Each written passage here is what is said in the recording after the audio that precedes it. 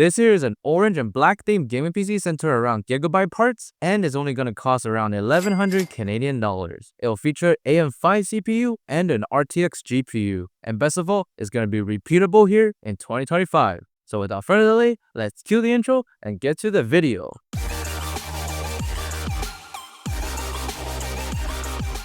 First up, we have the most important part of the PC, which is the CPU. I was able to get this Ryzen 5 8400F on AliExpress for around 130 Canadian dollars shipped to my doors. It's a 6-core 12-threaded CPU based on the AMD Zen 4 architecture, featuring a base clock of 4.2 GHz and a boost clock up to 4.7 GHz. With a TDP of 65 watts, it's not only the cheapest, but also the most power-efficient CPU on the platform. And hey, that's actually cheaper than a night out in Vancouver, plus this one won't give you a hangover after. To pair with the CPU, I was able to get this Gigabyte B650M gaming Wi-Fi motherboard on AliExpress for $183.99. It does not include a CMOS battery, so just keep that in mind if you are ordering the same board. It is a micro ATX form factor motherboard, which means it will fit in our case perfectly. It's not only got 2 DIMM slots for DDR5 support, it also supports PCIe up to 4.0 speeds, and it got a built-in Wi-Fi 6 and Bluetooth module to help you achieve that bottom frag score wirelessly.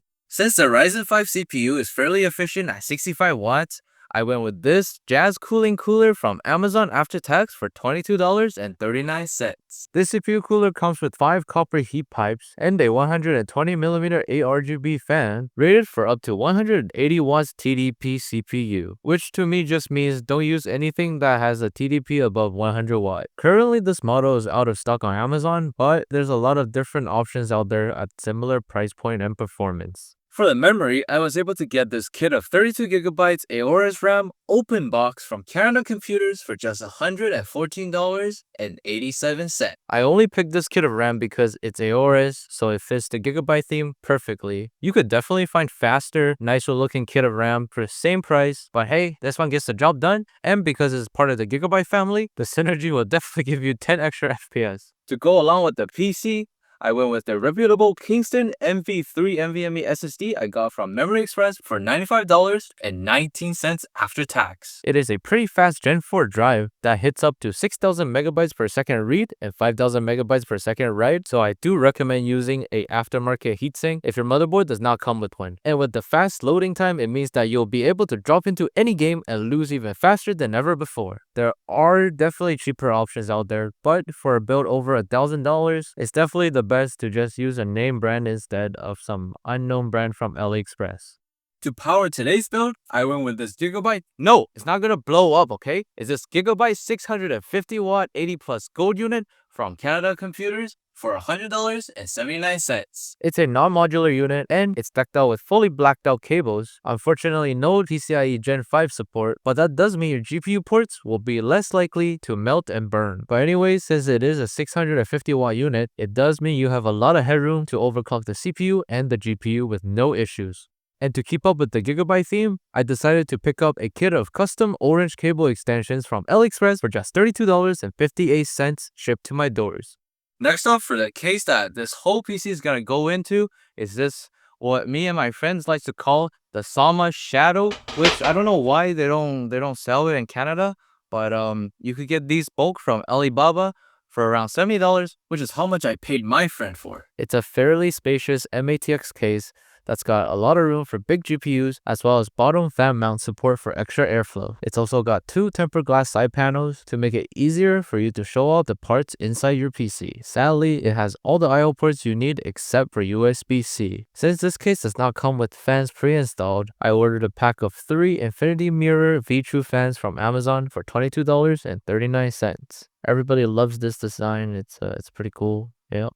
And finally, we have the graphics card, which is this AORUS Master RTX 3060 Ti. It's the one with the little screen, by the way. And I was able to snatch this up for just 300 Canadian dollars from Facebook Marketplace. This 8GB graphics card that came out 5 years ago is honestly still really good in 2025 for up to 1440p gaming. And with that beefy triple fan setup, it's able to keep the card cool while it's at max load. Plus, it's got RGB and a little screen, so that definitely gives you more FPS.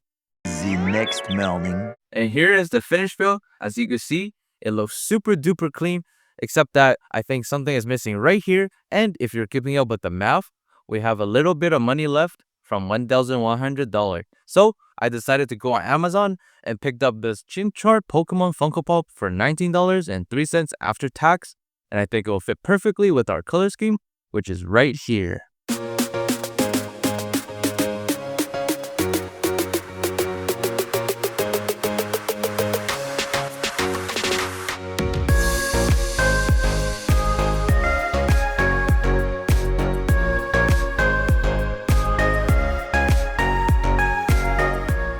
Altogether, the total for this build comes out to just shy of $1,100, which is about 795 USD. Not only is this a full AM5 setup with a solid upgrade option for the future, it is also more than ready to handle anything you throw at it in 1080p to 1440p with some adjustments to the setting. So with that, let's get into the 1080p and 1440p benchmarks.